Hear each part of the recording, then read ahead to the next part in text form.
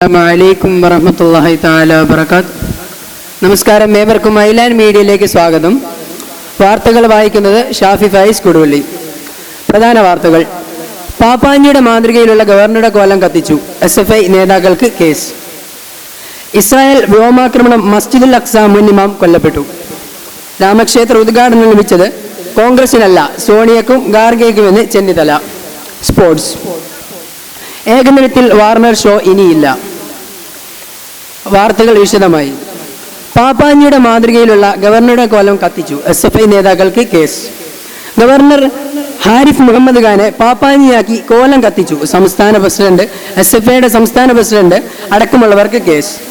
പയ്യാമ്പലം ബീച്ചിൽ ജനമധ്യേനയാണ് സംഭവം നടമാടിയത്. ഇസ്രായേൽ വ്യോമാക്രമണം, മസ്ജിദുൽ അഖ്സ മുൻ ഇമാം കൊല്ലപ്പെട്ടു.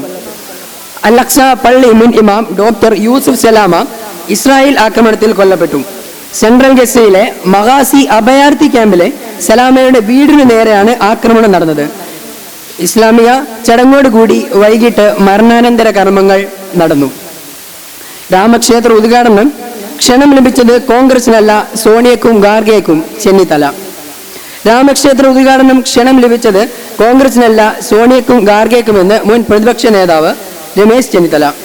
കോൺഗ്രസിന് രാമക്ഷേത്ര ഉദ്ഘാടനത്തിന് പോയാൽ എന്തെന്ന് ജനങ്ങൾ ഇപ്പോഴേ ചോദിച്ചു തുടങ്ങി. കൃത്യമായി ഉത്തരം നൽകി ചെന്നിത്തലയും മറ്റു നേതാക്കളും രംഗത്ത് വന്നു. സ്പോർട്സ്: ഏകദിനത്തിൽ വാർണർ ഷോ ഇനിയില്ല.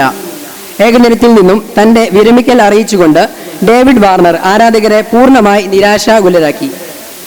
സിഡ്നിയിൽ പാകിസ്ഥാനെതിരായ ഓസ്ട്രേലിയയുടെ വരാനിരിക്കുന്ന ടെസ്റ്റിന് ശേഷം തന്റെ ടെസ്റ്റ് കരിയർ നിർത്തുമെന്ന് മുൻപേ താരം സൂചന നൽകിയിരുന്നു. വാർത്തകൾ ചുരുക്കത്തിൽ: പാപ്പാഞ്ഞിയുടെ മാതൃകയിലുള്ള ഗവർണറുടെ കോലം കത്തിച്ചു, SFI നേതാക്കൾക്ക് കേസ്. ഗവർണർ ഹാരിഫ് മുഹമ്മദ് ഖാനെ പാപ്പാഞ്ഞിയാക്കി ലോകം കോലം കത്തിച്ചു, SFI സംസ്ഥാന പ്രസിഡന്റ് അടക്കമുള്ളവർക്ക് കേസ്. ഇസ്രായേൽ വ്യോമാക്രമണം, മസ്ജിദുൽ അഖ്സ മുൻ ഇമാം കൊല്ലപ്പെട്ടു.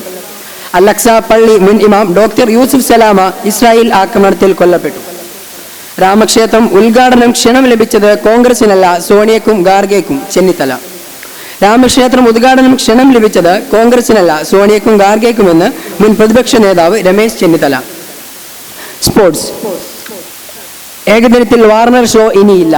ഏകദിനത്തിൽ നിന്നും തന്റെ വിരമിക്കൽ അറിയിച്ചുകൊണ്ട് ഡേവിഡ് വാർണർ ആരാധകരെ പൂർണ്ണമായി നിരാശാകുലരാക്കി. ഇതോടെ ഈ വാർത്താ ബുള്ളറ്റ് ഇവിടെ അവസാനിക്കുന്നു.